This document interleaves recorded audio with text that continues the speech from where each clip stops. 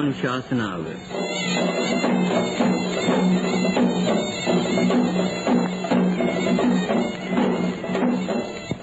අද දේශකයන්න් වහන්සේ මහරගම සිරි වජිරඥාන ධර්මායතනාධිපති ශ්‍රී ලංකා අමරපුර මහා සංඝ සභාවේ උත්තරීතර මහානායක විද්‍යා විශාරද අග්ග මහා පඬිත අතිපූජ්‍ය මඩිහේ පඤ්ඤාසීහ මහානායක මාහිම්පාණන් වහන්සේ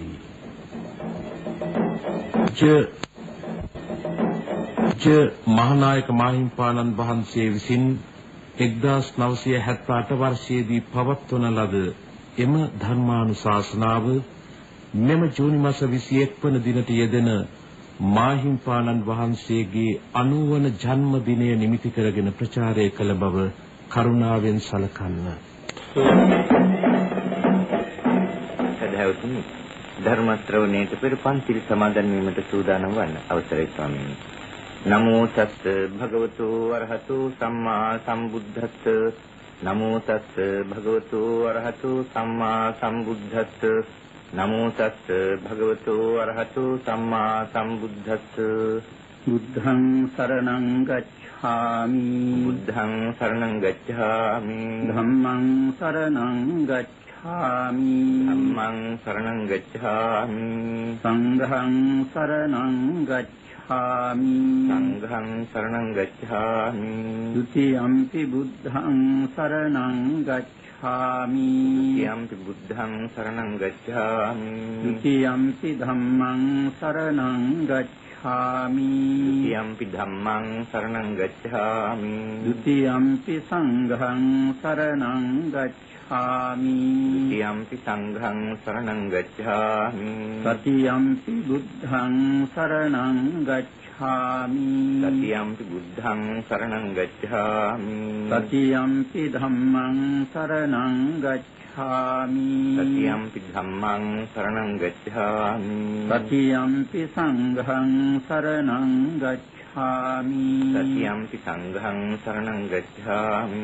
සරණ ගමනං සම්පුන්නං ආමභන්තේ. පානාති පාතා වේරමණී සික්ඛාපදං සමාදියාමි. පානාති පාතා වේරමණී සික්ඛාපදං සමාදියාමි. අදින්නාදානා වේරමණී සික්ඛාපදං සමාදියාමි. අදින්නාදානා වේරමණී සික්ඛාපදං සමාදියාමි. කාමේසු මිච්ඡාචාරා වේරමණී සික්ඛාපදං සමාදියාමි. කාමේසු මිච්ඡාචාරා වේරමණී සික්ඛාපදං සමාදියාමි. මුසාවාදා වේරමණී සික්ඛාපදං සමාදියාමි. මුසාවාදා වේරමණී සික්ඛාපදං සමාදියාමි. සුරාමීරය මජ්ජපමා දට්ඨානා වේරමණී සික්ඛාපදං සමාදියාමි. සුරාමේරය මජ්ජපමා දට්ඨානා වේරමණී සික්ඛාපදං සමාදියාමි. විතරණේන සද්ධින් පංචශීලං ධම්මං සාධුකං සුරක්ෂිතං කତ୍වා අප්පමාදේන සම්පාදේත. ආමභන්තේ සාදු. සමන්ත චක්කවාලේසු අත්‍රා ගච්ඡන්තු දේවතා සද්ධම්මං මුනි රාජස්ස සුනන්තු සග්ග මොක්ඛදං ධම්ම ශ්‍රවණ කාලෝ අයං භදන්තා. ධම්ම ශ්‍රවණ කාලෝ අයං භදන්තා. ධම්ම ශ්‍රවණ කාලෝ අයං භදන්තා. නමෝ තස්ස භගවතු අරහතු සම්මා සම්බුද්දස්ස. නමෝ තස්ස භගවතු අරහතු සම්මා සම්බුද්දස්ස. නමෝ තස්ස භගවතු අරහතු සම්මා සම්බුද්දස්ස.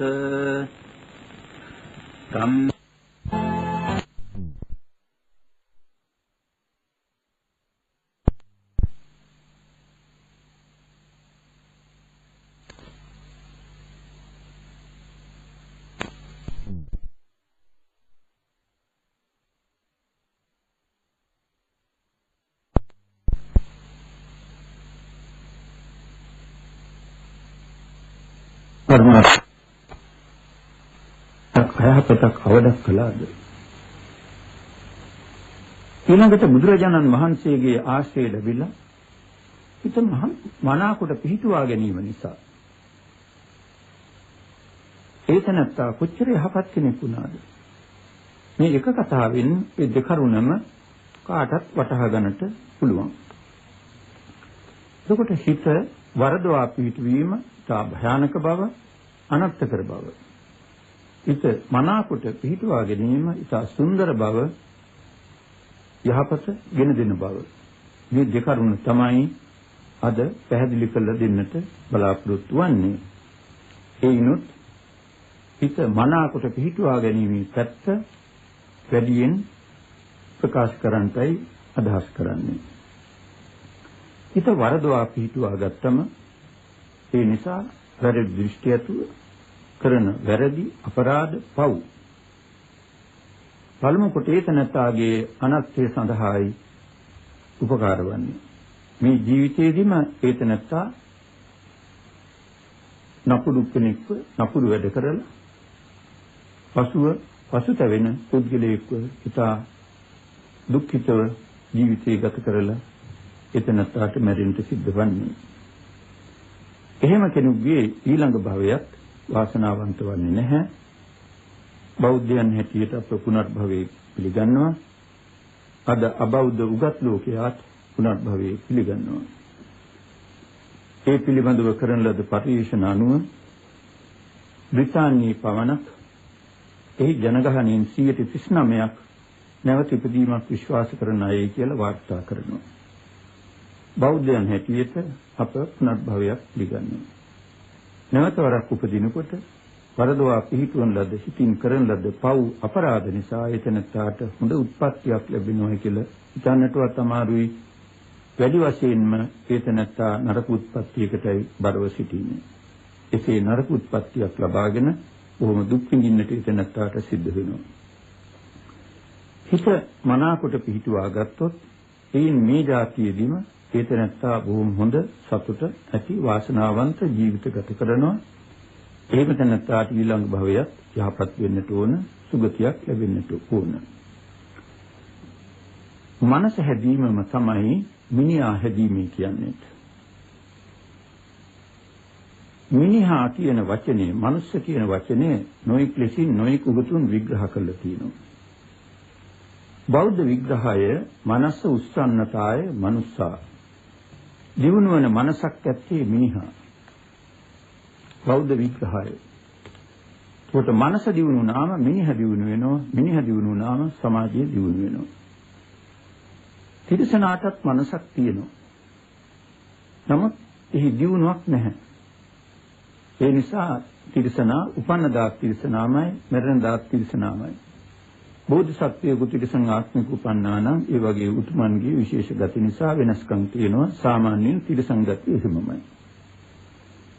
දෙවියන්ටත් මනසක් තියෙනවා. සෑහෙන තරම් ජීවුන කරගත්ත මනසක්. දෙවියන්ගේ ස්වභාවය ගැන බලනකොට ඒ දියුණු කරගත්ත මනස රැකගෙන ඉන්නෝ විනා ඊට වඩා දියුණුවක් කරන බවක් පේන්නට නැහැ.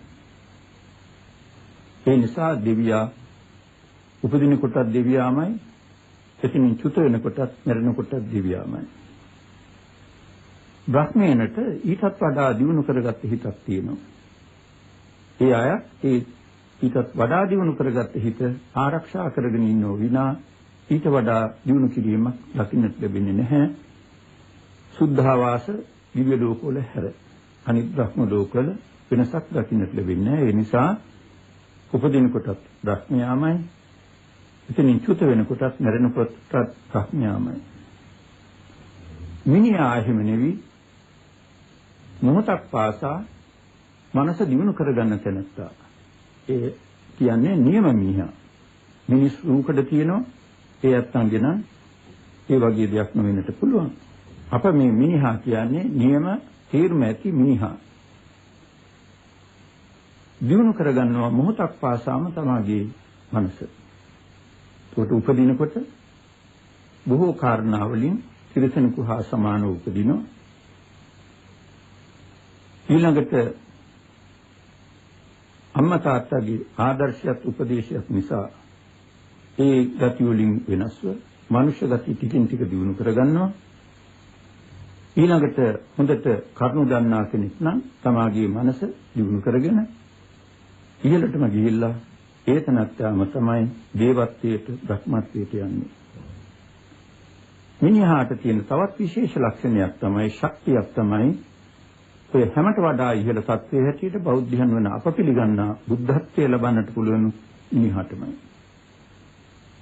දෙවියෙකුට බ්‍රහ්මට බුද්ධත්වයේ ලබන්නට පුළුවන් කමක් නැහැ. ද මිනිහා තමයි මනස දියුණු කරන්නේ බුද්ධත්වයට එක්ක. ඒ නිසා දියුණු කරන තැනත්තා මිනිහා. මනස හැදුවම මිනිහ හැදෙනවා. මිනිහ හැදුනම ලෝකයක් හැදෙනවා. ඒ සඳහා උගත් ලෝකයෙන් කරුණු දෙකක් ඉදිරිපත් කරන්නට ඕන. එක් කරුණ මේ දෙකම වුණත් සමහර විට සමහර දන්නවා ඇති. බොහෝ දෙනා නොදන්නව වෙන්නට පුළුවන්. එක තාත්තා කෙනෙක් ලොකු ලෝකසිකීමක් අරගෙන එහි පිටිපැත්තේ මිනිහෙකුගේ රූපයක් ඉරිවලින් ඇඳලා ඒ කෑලි වලට කපලා අවුල් කරලා නුවණැති දරුවෙකුට අණ ගහලා කිව්වා පුතා මේ කෑලි එකතු කරලා ලෝකසිකීම හදන්න ලෝකේ හදන්නට කියලා. මේ ළමයා ඒ කෑලි ටික අරගෙන අර ලෝකයේ පැත්ත බලාගෙන එකතු කරන්නට බලවත් උත්සාහයක් දරුවා. සාමාරු කටයුත්තක් ලෝකසිකීමක් කෑලි වලට කපලා අවුල් කරලා දුන්නාට පස්සේ ඒක හදනවායි කියන එක මේ ළමයාගත් හැම උත්සාහයක්ම යක්ත වුණා. ඵලයක් ලැබුණේ නැහැ. ඊළඟට මේ ළමයාට නිකන් පෙනුණා මේ හැම කෑල්ලකම ඉරි වර්ගයක් තියෙනවා. ඒ ඉරි කෑලි ඒ පැත්ත හරවල බලනකොට නිකන් මිනිස්සෙකු ඉරි ස්වභාවයේ තියෙන ඉරි කෑලියක පේන්නට තියෙනවා. එතෙන්දී මේ ළමයා අර ලෝකී පැත්ත අමතක කරලා ඒ කොළ කෑලි ටික අනිත් පැත්තේ හරවගෙන අර මිනිස් සටහන නියම විදිහට පිළිටන්නට ඒ කොළ කෑලි ටික එක්කහු කළා. එක්කහු කරලා අවසාන වෙනකොට මිනිහා හොඳට හැදිලා තියෙනවා සටහන හොඳට තියෙනවා සම්පූර්ණව. ඊළඟට මේ එහෙම අනිත් පැත්ත ගහලා බැලුවකොට ලෝකයක් හැදිලා. එතෙන්දී මේ ළමයා කිව්වා තාත්තේ මම ලෝකේ හැදුවයි කියලා. තාත්තා කොහොමද පුතා? තාත්තේ මා මිනිහා හැදුවා. එතකොට ලෝකෙ ඉබේම හැදුනා කියලා. ඒක එහෙමමයි. මිනිහා හැදුනම රටක් හැදෙනවා ලෝකයක් හැදෙනවා. ඒ නිසා තමයි බුදුරජාණන් වහන්සේ මිනිහා නොහදා රට හදන්නට බෑ. ලෝකය හදන්නට බෑ කියන අදහස ඇතුව ධර්මයේ ප්‍රකාශ කළේ. ඒක කරුණක්. අනිත් කරුණ වර්තමාන උගත් ලෝකයාගේ විද්‍යාත්මක පරීක්ෂණයකින් ලැබුණු ප්‍රතිඵලයක් අනුවයි කියන්නට තියෙන්නේ. මේ පින්වතුන් දන්නවා දියුණුව සිටින රටවල් දියුණුවන රටවල් වලට ආධාර කිරීම දැන් කලකපටන් පවතිනවා. ඒ අනුව විශේෂයෙන් ආසියාතික රටවල් වලට දියුණු වෙච්ච රටවල් ගක් ආධාර කරලා තියෙනවා. ඒන් ලංකාවත් එකක්. ලංකාවට නිදහස ලැබිලා දැන් අවුරුදු 30ක් ගත වෙන්නට එනවා. ඊළඟට ලෝකයේ ආධාර ලැබෙන්න පටන් අරගෙන කොළඹ ක්‍රමයෙන් පටන් අරගෙන අවුරුදු 25ක් පමණ වෙනවා. කෝටි ප්‍රකෝටි ධනෙ ලැබිලා තියෙනවා. මොකද කවුරුත් දන්නව පිළිගන්නව. තාම කැම ටිකවත් සම්පූර්ණ නැහැ. ඇඳීමත් සම්පූර්ණ නැහැ. මේ වගේ තමයි මේ හුඟක් රටවල් වලට සිද්ධ වුණේ. මේ රටවල් වල පළමු තත්ත්වය හුඟක් වෙනස් වුණා. මේ ආක්‍රමණ ආශ්‍රය ආදී නිසා. කලින් තිබුණ ශිෂ්ටාචාරය වෙනස් වුණා. කලින් මේ රටවල් දිනුව තිබුණ බව විශේෂයෙන් බෞද්ධ සාහිත්‍යයෙන් ඔප්පු කරන්නට පුළුවන්. බුදුරජාණන් වහන්සේගේ කාලේ ಭಾರತයේ තිබුණ තත්ත්වය උන්වහන්සේගේ ධර්මයේ නිසා ඊටත් වඩා දියුණු තත්ත්වයකට ගිය හැටි අශෝක යුගය ගැන කල්පනා කරනකොට කාටත් හොඳින් වැටහෙනවා. ලංකාව වගේ රටවල් දෙස බලනකොටත් ඒක හිමමයි. ඒ නිසා ඉතිහාසඥයන් මේ රටවල ස්වර්ණ යුග කියනකොට සඳහන් කරන්නේ බෞද්ධ ධර්මයේ බුද්ධ ධර්මයේ හොඳට පැවතුන කාලය. පැවතුන කාලය කියලා කියන්නේ ධර්මයේ ඉගෙනගෙන ඒ අනුව ජීවිත පවත්වපු කාලය. ලංකාවේ ස්වර්ණ යුගයේ හැටියට සැලකන්නේ බුද්ධ ධර්මයේ හොඳට පැවතුන කාලය. බෞද්ධයන් හොඳින් ජීවත් වුණ කාලය. නියම බෞද්ධ ජීවිත ගත කරපු කාලයයි. ಭಾರತයේත් එහෙමයි. අශෝක රජුගේ ආදී උතුමන්ගේ කාල තමයි ස්වර්ණ යුග හැටියට සැලකුවේ. අනිත් රටවල්ලත් එහෙමයි. ඒ විදිහටයි තිබුණේ. ඒ තත්ත්වය වෙනස් වෙලා ගිහිල්ලා ආක්‍රමණ ආදී නිසා මුගක් අංශවලින් පිරිහි තිබුණ නිසා අපට ලෝකයේ ආධාරිත අවශ්‍ය වුණා. නමුත් ශ්‍රී ලංකාවටත් වෙනත් රටවලටත් දීපු ආධාර වලින් දියුණුවක් සැලසුණා.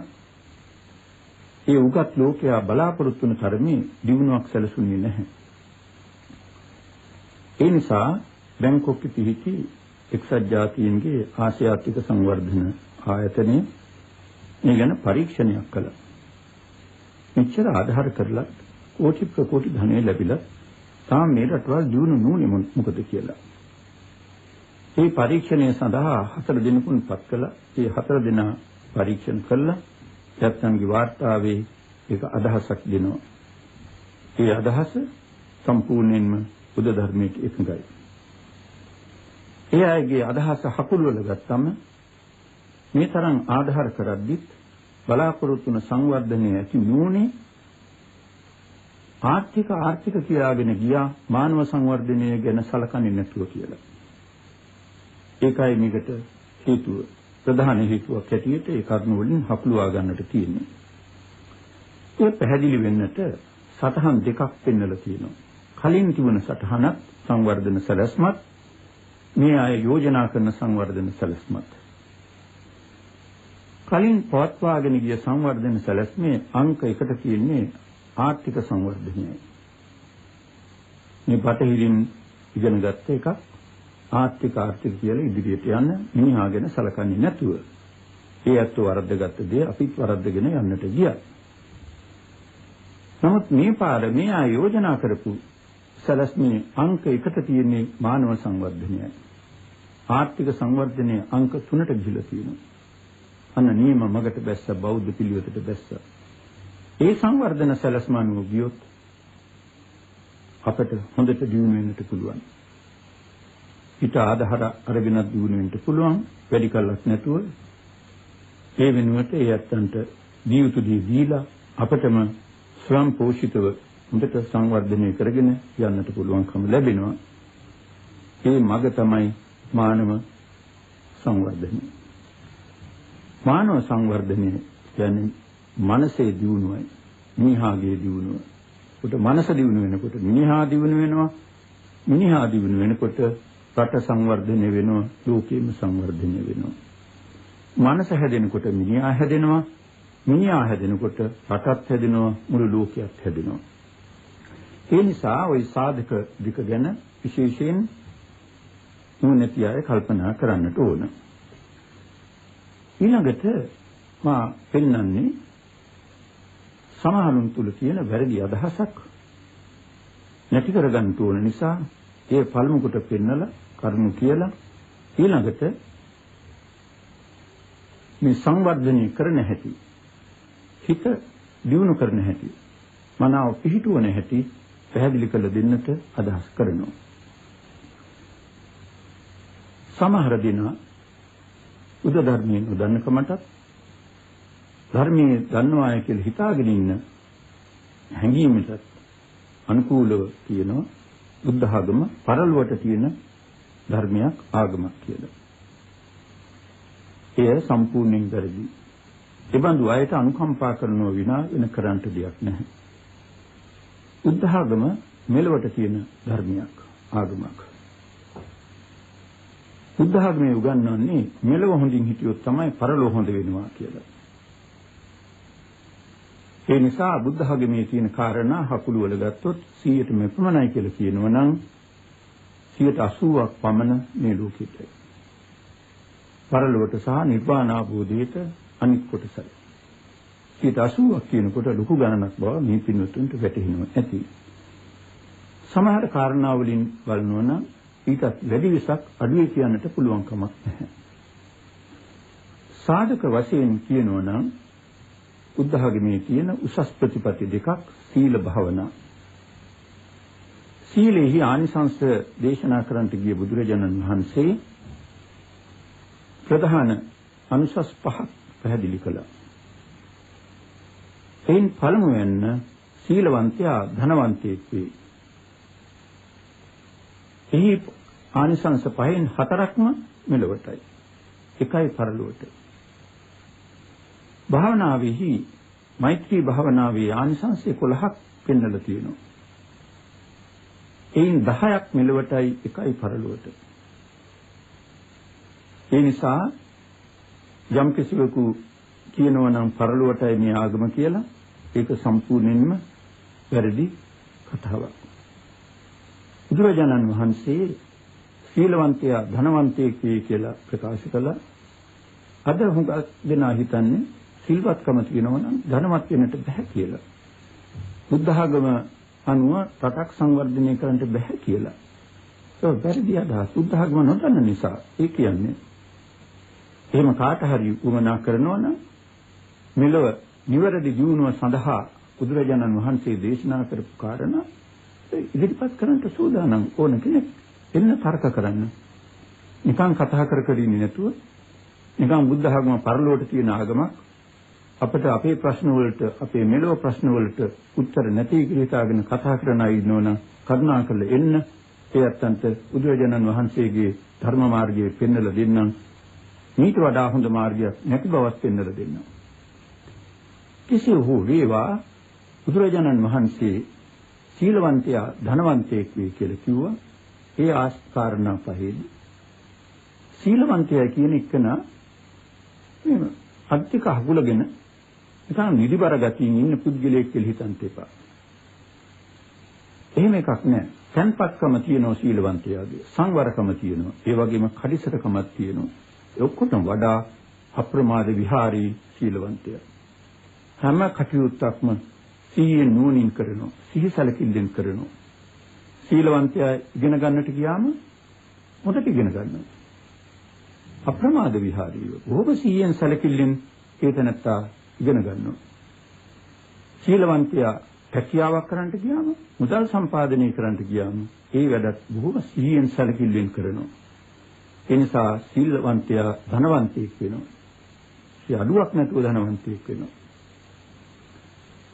ඊළඟට සීලවන්තයාට අපායමුක මොනවත් නැහැ. ධනෙ විනාශ වෙන මාර්ග නැහැ. ධනය තමන්ගේ යහපත සඳහා වැය කරන හැටි බුදුරජාණන් වහන්සේ පත්තකම්ම සූත්‍රයේදී දේශනා කළා තියෙනවා. ඒ විදිහට ධනෙ වැය කරලා ඒක නැත්තා හොඳ වාසනාවන්ත ජීවිතයක් ගෙනියනවා. අපායමුක මොනවත් නැහැ. අපායමුක වශයෙන් බුදුරජාණන් වහන්සේ ධනෙ විනාශ වෙලා යන මාර්ග 6ක් පෙන්වලා තියෙනවා. සිගාලෝවාද සූත්‍රයේ වෙන සූත්‍රවල තවත් පෙන්වලා තියෙනවා. ඒ 6ම ගත්තත් ඒකදු අපායමුකයක්, අපාය මාර්ගයක්, විනාශ මාර්ගයක් සීලවන්තයාට නැහැ. ඒ නිසා සිල්වත්කම කියන තරමටම ධනවත් වෙන්නට පුළුවන්. නුවණින් උත්සාහයෙන් හම්බ කිරීමෙන් ධනවත් වෙනවා. ඒ විනාශනකොට ඒතනත්තා ආරක්ෂා කරලා කිසි විදිහට යොදවන නිසා ඒතනත්තාගේ ධනවත්කම වැඩි වෙනව විසක් අඩු වෙන්නේ නැහැ. අපායමුක රාශියක් කිව්වා. ඒන් සිගාලෝවාද සූත්‍රයේම අපායමුක 6ක් කිව්වා. ඒ 6න් එකක් අරගෙන බලමු. සීලවන්තයා කොච්චර හොඳට ධනවත් වෙනවද කියලා. එහි අපායමුකයක් හැටියට පෙන්නනවා සුරාපානී, මත්පැන් පානී. මේ මත්පැන් පානීයට ගියාම හැබැයි විචාය කොහොම නොසෑහෙන්නට බොනු. ඒකට කොච්චර සල්ලි ගියත් එයාට ගණනක් නෙවෙයි. සමහර විට රුපියල් 10න් පටන් ගත්තම 25 60 70 100 ඊටත් වඩා 200 එක දවසට වියදම් කරන අය ඉන්නවා. බොන්නට ගිය කෙනෙකුට නිකල් හැටියට කොච්චර අඩුවෙන් බිව්වත් රුපියල් 10කට අඩු වෙන දවසක් එතනට ගෙවා ගන්නට අමාරුයි. 10ක් ගන්න ගත්තොත් බලන්න දවසකට රුපියල් 10ක් නම් විනාශ වෙන සල්ලි මාසෙකට රුපියල් 300යි. අවුරුද්දකට කල්පනා කරලා බලන්න 3600යි. ඊළඟට දස අවුරුද්දකට රුපියල් 36000යි. 20 අවුරුද්දක් නම් බොන ලැබෙන්නේ ඊට ඉස්සෙල්ලා මෙරිලෙයි. එහෙම නුනොත් 20 අවුරුද්දක් යනකොට රුපියල් 72000ක්. මේ රුපියල් 10 ගන්න බැලුවත් 10න් නවතින්නේ නැහනේ. එතකොට සීලවන්තයා මත්පැන් නොවන නිසා ඒ රුපියල් 72000ම එතනට ඉතුරුයි. සමහර විට 72000 නෙවෙයි ඒ අවුරුදු 20ට ලක්ෂ ගණනක් වෙන්නටත් පුළුවන් සමහරුන්ගේ මත්පැන් බීමේ හැටි බැලුවම. ඒ වගේ අපාය මොකමනවත් නැහැ. හම්බු කෙරෙල්ලක් බොහොම හොඳට ධාර්මිකව කරනවා. ඒ නිසා සීලවන්තයා ධනවන්තයෙක් වේ කියන එක බුදුරජාණන් වහන්සේ මුලටම ප්‍රකාශ කළා.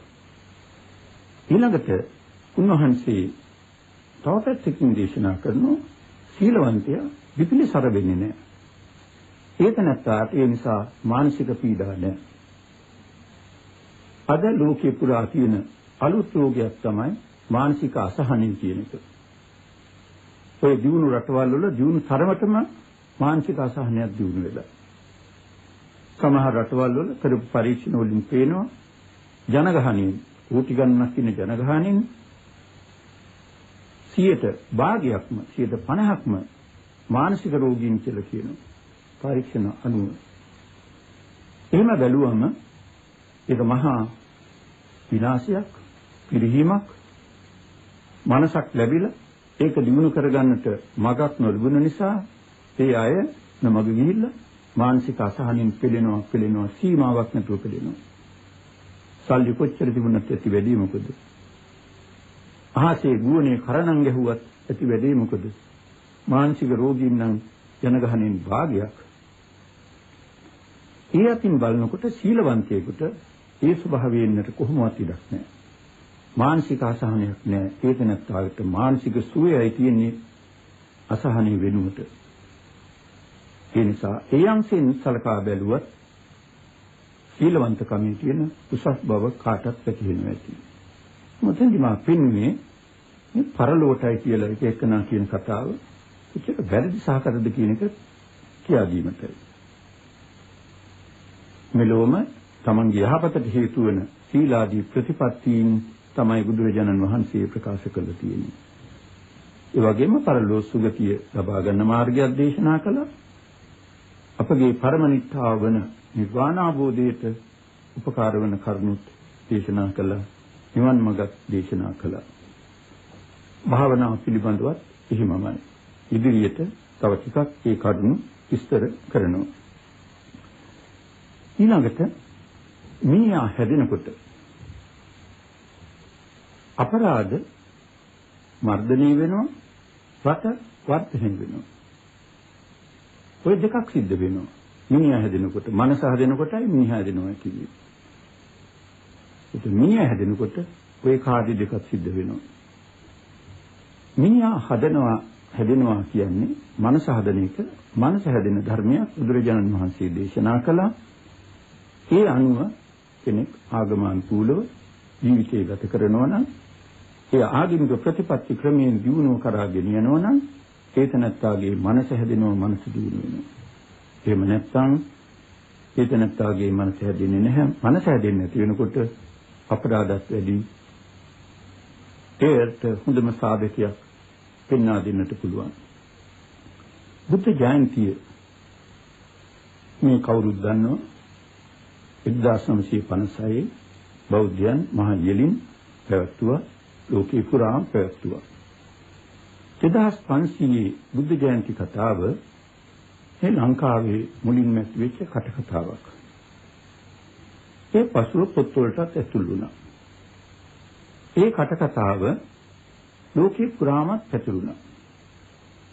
ලංකාවෙන් පටන් ගත්ත බුද්ධ ජයන්ති උත්සව ලෝකේ පුරා පැවැත්වුවා. ලංකාවේ බෞද්ධයන් අනිත් රටවලට වඩා අවුරුදු 10ක් 12ක් පමණ පෙරවීමෙන් ඒ උත්සවයේ බොහොම ඉහළින් පැවැත්වුවා. දෙවන ලෝක යුද්ධයේ ඉවරුණාට පස්සේ ඒ හඬ යටපත් වෙනකොටම ශ්‍රී ලංකාවේහි පැන නැගුණු හැට තමයි 2500 බුද්ධ ජයන්තිය. ඒ හඬ බොහොම හොඳට ක්‍රමවත්ව වේගයෙන් පැතිරී ගියා. ඒ අදහස පැතිරෙන්නට ආරම්භ වුණේ 1944 තරමින් ඉඳලා 56 වෙනකොට අවුරුදු 12කට කලින් මේ හඬ නැගුණා. ඒ අනුව අපේ ජනතාව තේ වෙන්නට පටන් ගත්තා. තේ වෙන්නට පටන් ගත්තා කියන එකෙන් අදහස් කරන්නේ වෙනදට වඩා බෞද්ධයන් පන්සල් යන්නට වැඩ යොදා ගත්තා. සිල් රකින්නට, භාවනා කරන්නට, බෞද්ධ පිළිවෙත් දියුණු කරන්නට වැඩ යොදා ගත්තා. 944 තරම පටන් ගත්ත මේ වැඩපිළිවෙල අවුරුද්දින් අවුරුද්දට දියුණු වෙලා ගියා. දියුණු වෙලා ගිහිල්ලා 955 විතර වෙනකොට හොඳටම නැගලා. ඒ නිසා අපේ රටේ අපරාධංශයෙන් කොච්චර ලොකු බැස්මක් ඇති වුණාද කියන එකත් අපි හිතන්නට ඕන. එය රටේ ජනගහනයත් අපරාධ සංඛ්‍යාත් සංසන්දනය කළ බලනකොටයි මනාව වැටහෙන්නේ. 944 මේ රටේ ලංකාවේ ජනගහනය 65 ලක්ෂ ගණනක්. එනිකන් කියමු 65 ලක්ෂයක් පමණ. ඒ 65 ලක්ෂයක් ජනගහනයේ තියෙන ඒ කාලයේදී අපරාධ පොලිස් වාර්තා අනුව පේනවා 34000ක් පමණ තිබුණා. يعني 34000 ගණනක් ඒ අරගෙන 34000ක් පමණ කියලා කියනවා. බුද්ධ ජයන්තියට මා කලින් කී පරිදි අපේ ජනතාව පේ වෙන්නට පටන් ගත්තා. වැරදි අඩු වෙන්නට පටන් ගන්නවා. ගුණ ධර්ම වැඩි වෙන්නට ටිකින් ටික දියුණු වෙලා ගියා. එහෙම ගිහිල්ලා 955 වෙනකොට ලංකාවේ ජනගහනය 82 ලක්ෂයකට වැඩි වෙලා 82 ලක්ෂ ගණනක් වෙලා ලොකු වැඩිවීමක්. ඒ ලොකු වැඩිවීමත් සමගම අපරාධ සංඛ්‍යාව වැඩි වෙන්නට ඕන. කොයි රටක වුණත් ජනගහනය වැඩි වෙනකොට අපරාධ සංඛ්‍යාවත් වැඩි වීම සාමාන්‍ය සිරිතයි. නමුත් ලංකාවේ මේ බුද්ධ ජයන්තිය සඳහා ආගමනුකූලව වැඩි සංඛ්‍යාවක් වන බෞද්ධයන් පෙරව වාසය කිරීම නිසා අපරාධ සංඛ්‍යාව කොපමණ අඩු වුණාද කිව්වොත් 44 වර්ෂයේහි අපරාධ සංඛ්‍යාව 34000ක් තිබුණ පොලිස් වාර්තාවලින්. ඒ 34000ක් තිබිච්ච අපරාධ සංඛ්‍යාව ක්‍රමයෙන් බැහැගෙන ඇවිල්ලා 18000 ගණන්ට බැස්සා. 18000ක් පමණ වුණා. කොච්චර ලොකු බැස්මක්ද? මනස ක්‍රමයෙන් හැදෙනකොට අපරාධ සංඛ්‍යාවත් මර්ධනය වෙනවා කියන එකයි. මිනිහ හදන එක තමයි මුදම දේ. සංවර්ධනයක් ඒ වගේම සිද්ධ වෙනවා. සංවර්ධනය සිද්ධ වෙනවා කියන්නේ මනස හැදෙනකොට හැමතැනම තමාගේ රාජකාරී හරියට කරනවා, තමාගේ යුතුයකම් හරියට කරනවා, තමාගේ සේවය හරියට කරනවා. එහෙම කරනවා නම් රටක් සංවර්ධනය කරන එක පහසුයි. රට සංවර්ධනය කරන්නයි කියලා කොච්චර හොඳ සැලසුම් හැදුවත් ඒ වගේම කොපමණ මුදල් වියදම් කළත් ඒ කරවන්නන් හා කරන්නන් තමාගේ යුතුයකම තමාගේ රාජකාරිය හරියට කරන්නේ නැත්නම් කරවන්නේ නැත්නම් කොහොමද රටක් දියුණු වෙන්නේ? රටක් දියුණු වෙන්නේ නැහැ. රටක් සංවර්ධනය වෙන්නේ නැහැ. වැඩි ඈත යන්න ඕනේ නැහැ. අප රට ගැන බැලුවම ඒ එහෙම තමයි කියලා බොහෝ දෙනා හිතනවා ඇති කියනවා ඇති. උද මිනිහා හැදෙනකොට ඒ වරද සිද්ධ වෙන්නේ නැහැ. තමන්ගේ යුතුයකම හරියට කරනවා. තමාගේ සේවය රාජකාරිය හරියට කරනවා. මනස හැදෙනවත් සමගම. ඒකට ඒ නිසා තමයි බෞද්ධ පිළිවෙත අනුව මිනිහා නොහදා රට හදන්නට බෑ කියන්නේ. ඒ මනස හදන්නට ඕනේ. මනස හදනකොට නැවතත් මතක් කරන්නේ මිනිහ හැදෙනවා. මිනිහ හැදෙනකොට රටත් හැදෙනවා, මුළු ලෝකයත් හැදෙනවා. එහෙමනම් අපිට දැන් තියෙන්නේ මිනිහා හදන මග මොකද්ද කියලා බලලා මිනිහ හැදීමයි. ඒකට අපරාධත් අඩු වෙන රට සංවර්ධනය කරන කියන මේ දෙකම එකවර එකට සිද්ධ වෙනවා. ඊට වඩා හොඳ මොකක් වුණාද? බුදුරජාණන් වහන්සේ කූටදම් සූත්‍රාදීදී උදට පැහැදිලි කරලා කියනවා රටක් හදන්නට නම් රටේ දුප්පත්කම නැති කරලා ජනතාව සුඛිත මුදිත කරන්න ඕන කියලා වැඩපිළිවෙල තාහියට පැහැදිලිව දේශනා කළා කියනවා. ඒ අනුව තමයි බෞද්ධ රජදරුවන් රට සංවර්ධනය කළේ. මේ මාර්ගය තාමත් එහෙම කියනවා. ඒ මගේ යන්න විතරයි අපිට කියන්නේ. අශෝක රජතුමා මුලදී යුද්ධ කර රටවල් ඇල්ලුවා. දිසා ජයග්‍රහණය කළා. දිසා විජය කළා.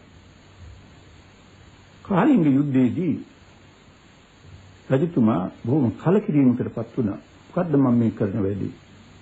මේ ලක්ෂ ගණන් මිනිස්සු මරමරා පොළවේ කෑල්ල කෑල්ල අල්ලගෙන යනවා. ඒ තේරුමක් නැති මහා පිස්සු වැඩක් නෙමා කරන්නේ. මනස වෙනස් වුණා. රජතුමා කලින් බෞද්ධ නුවත් පසුව බෞද්ධ වුණ බව මේ පින්වතුන් කවුරුත් දන්නවා. ඒ අදහස් බෞද්ධ අදහස් ක්‍රමයෙන් වැඩි වෙන්නට පටන් ගත්තා. එතෙන්දී එතුමා කල්පනා කළා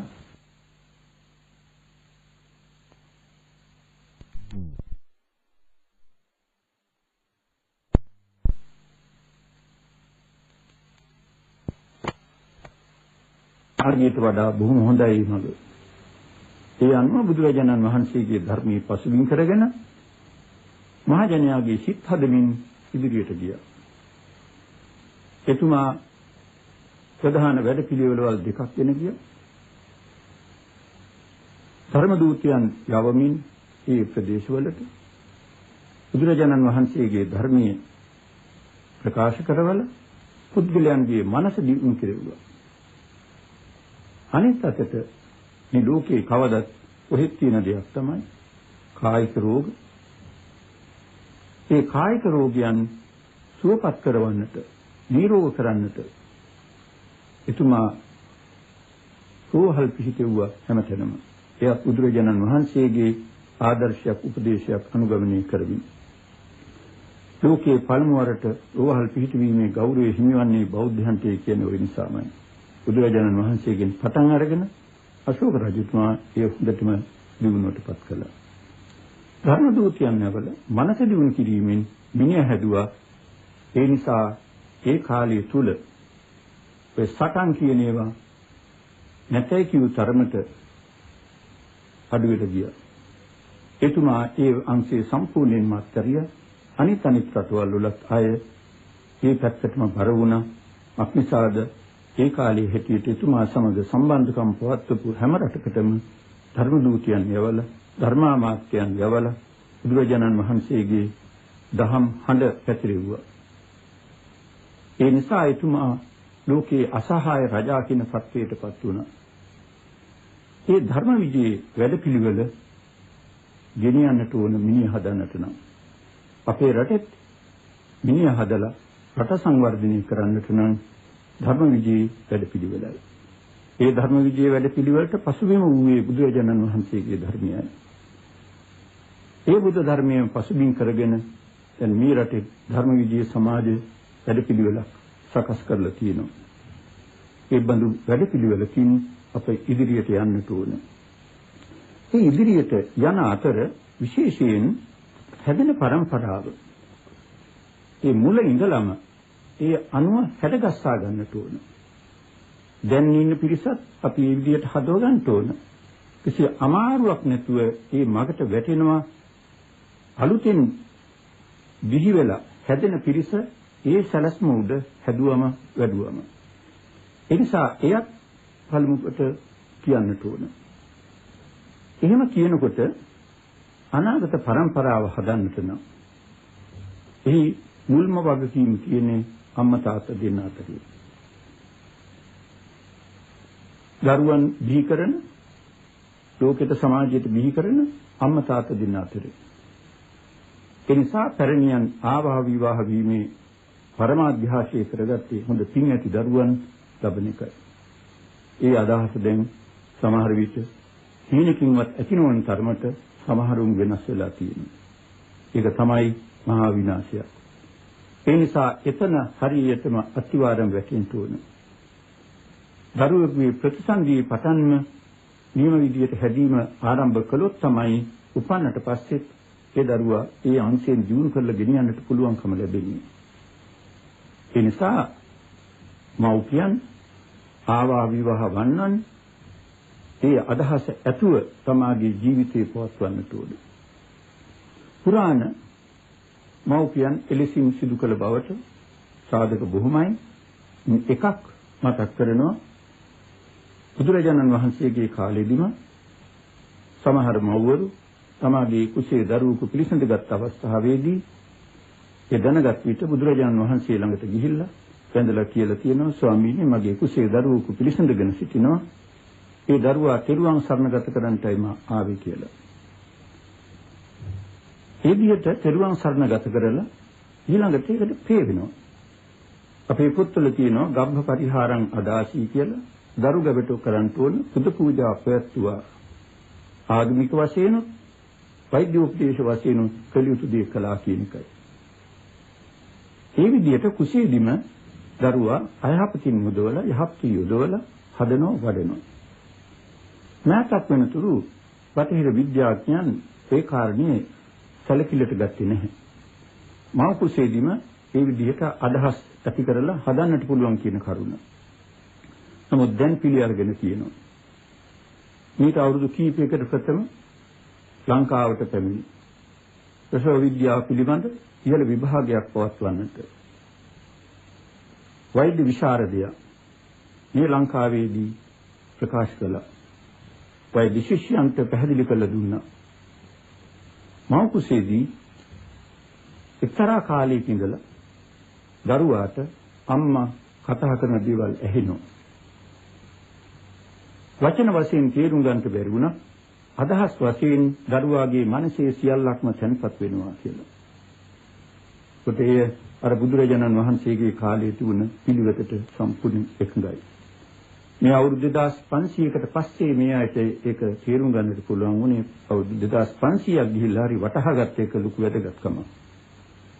ඒ අය එහෙම කියද්දි අනිත් අය එනම් දෙමව්පියන් ඊගෙන සැලකිල්ලක් නොදක්වනවා නම් Tamante මෙන්න මේ සමාජීයටත් කරන අපරාධයක්. යම්කිසි දරුවෙකු කුසේ පිළිසිඳව සිටින කාලෙහි අම්මා නපුරු අදහස් වලින් යුක්තව නපුරු කතා කරමින් නපුරු විදියට ජීවත් වුණොත් කුසේ ඉන්න දරුවත් ලෙසින්ම නපුරු වෙන එක ස්වාභාවිකයි. කුසේ දරුවා සිටින කාලයේදී අම්මා හොඳ හිතවිලි පහල කරගෙන හොඳ දේ කතා කරමින් හොඳින් ජීවත් වුණොත් කුසේ සිටින දරුවා තුලත් ඒ හොඳ අදහස් ගැබ්වීම ස්වාභාවිකයි. ඒ නිසා එතන ඉඳලා තමයි මේ සමාජයේ හදන්නට හිත මනාකොට පිහිටුවනවා කියන කාර්යය සිද්ධ කරන්න ඕනේ. දරුවා උපන්නට පස්සේ වැඩිපුරම කුඩා අවදියේදී ළමයින් ආදර්ශයයි අනුගමනය කරන්නේ. අම්මා කතා කරන විදිහට කතා කරන්නේ. තාත්තා කතා කරන විදිහට කතා කරන්නේ. අම්මා තාත්තා යන්නේ විදිහට තමයි යන්නේ ඉන්නේ. හැම දෙයක්ම අනුකරණය කරනවා කුඩාවදී. උපදේශයේ ටිකක් ලොකු වුණාම වුමනා කරන්නේ. ඒ නිසා අම්මා තාත්තා බොහොම සිහියෙන් බුද්ධියෙන් ආදර්ශවත්ව ජීවිත පවත්වන්නට ඕනේ. එතකොට දැන් කුසේදීම හොඳ අදහස් ගැබ් කරලා හදාපු දරුවගේ ඒ අදහස් තවත් වැඩි දියුණු වෙවි ඉදිරියට යනවා. ටිකක් වැඩෙනකොට උපදේශයක් අවශ්‍ය වෙනවා. ඒ උපදේශය ආදර්ශයත් එක්ක දුන්නම ඒ දරුවා නම් වැරදි මඟ කියන්නේ නැහැ. හොඳ මඟමයි යන්නේ. ඒ විදිහට ආදර්ශයත් උපදේශයත් දීලා හදාපු දරුවන් අද ලොකු වෙලා ඊටාම ඉහළ තත්ත්වෙ ඉඳගෙනත් ඒ අම්මගේ තාත්තගේ ආදර්ශයේ උපදේශයේ ඒ හැඩගැසීම අදත් ඒ විදිහට පවත්වනවා.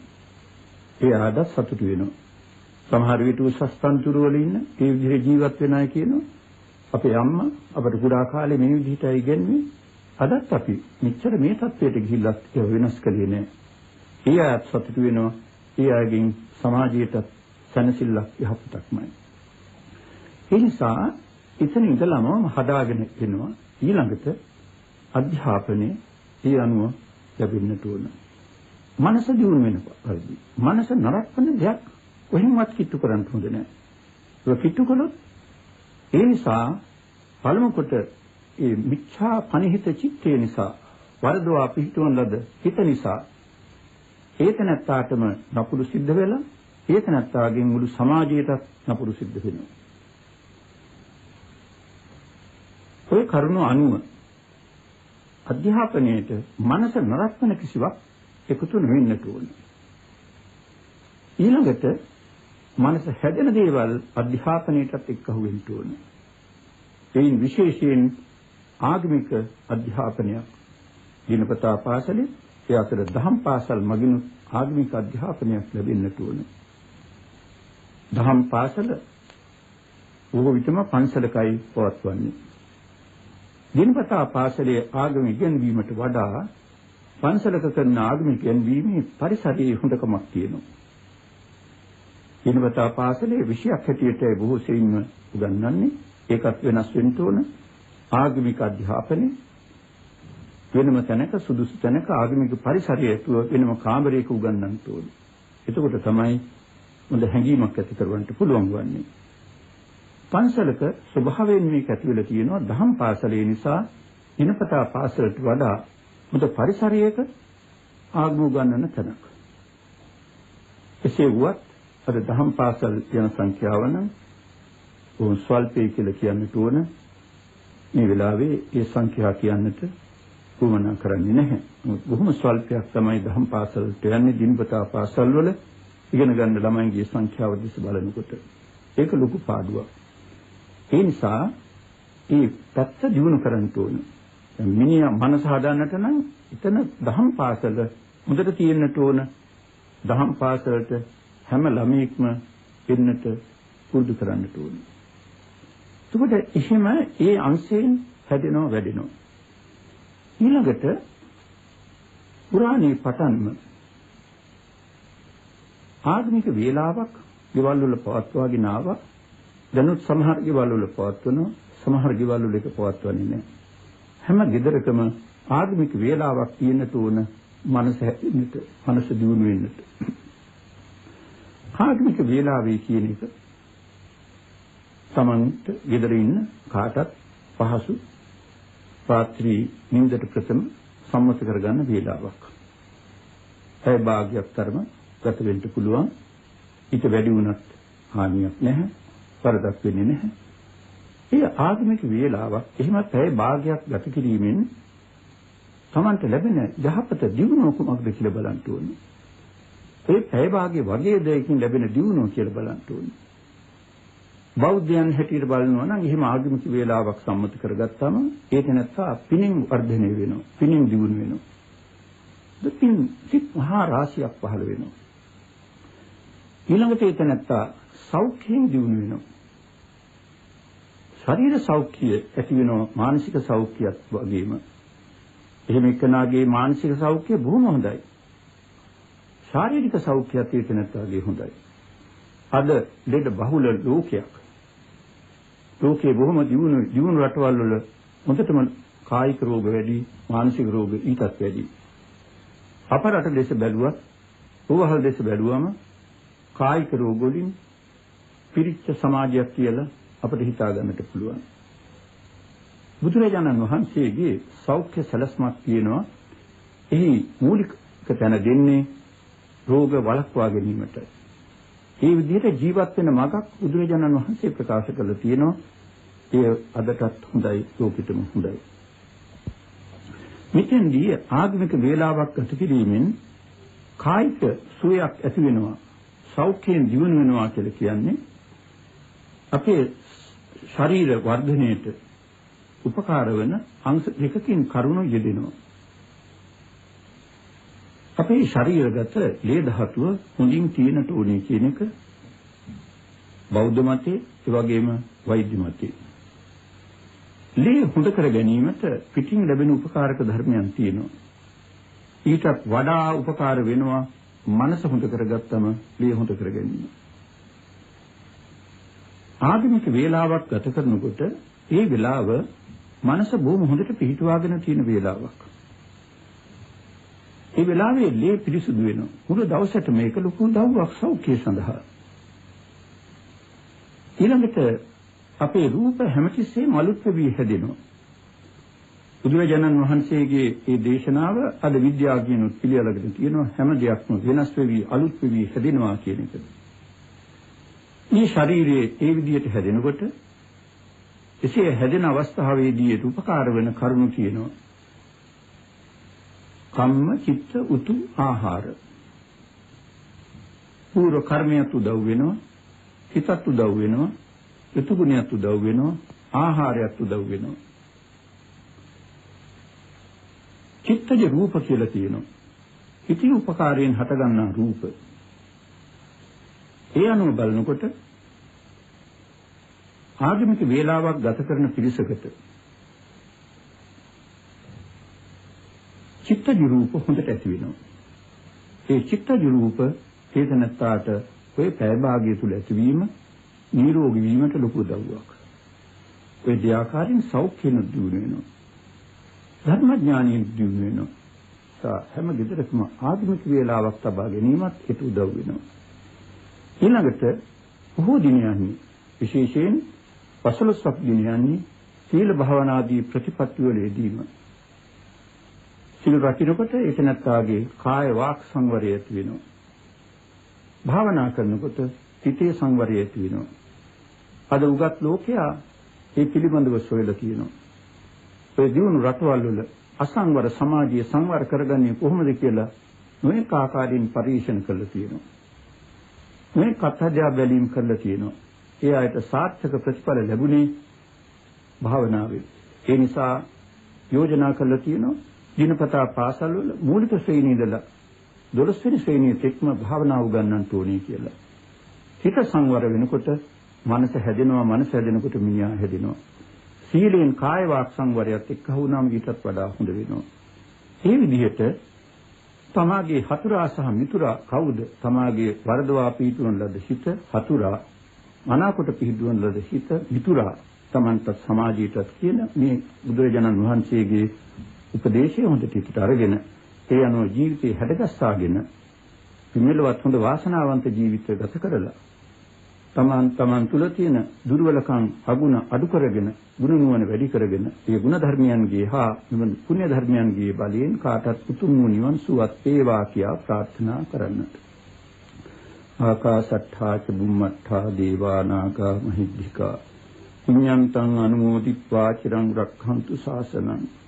ආකාසට්ඨා ච බුම්මට්ඨා දේවා නාග මහිද්దికා පුඤ්ඤන්තං අනුමෝදිත්වා චිරං රක්ඛන්තු දේශනං.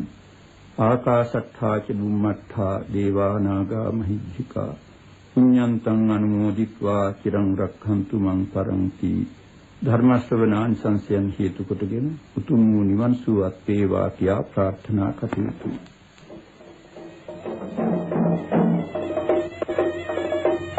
ධර්මානුශාසනාව පැවැත් වූ දේශකයන්න් වහන්සේ මහරගම ශ්‍රී වජිරඥාන ධර්මායතනාධිපති ශ්‍රී ලංකා අමරපුර මහා සංඝ සභාවේ උත්තරීතර මහානායක විද්‍යා විශාරද අග්ග මහා පඬිත අතිපූජ්‍ය මඩිහේ පඤ්ඤාසීහ මහානායක මාහිම්පාණන් වහන්සේ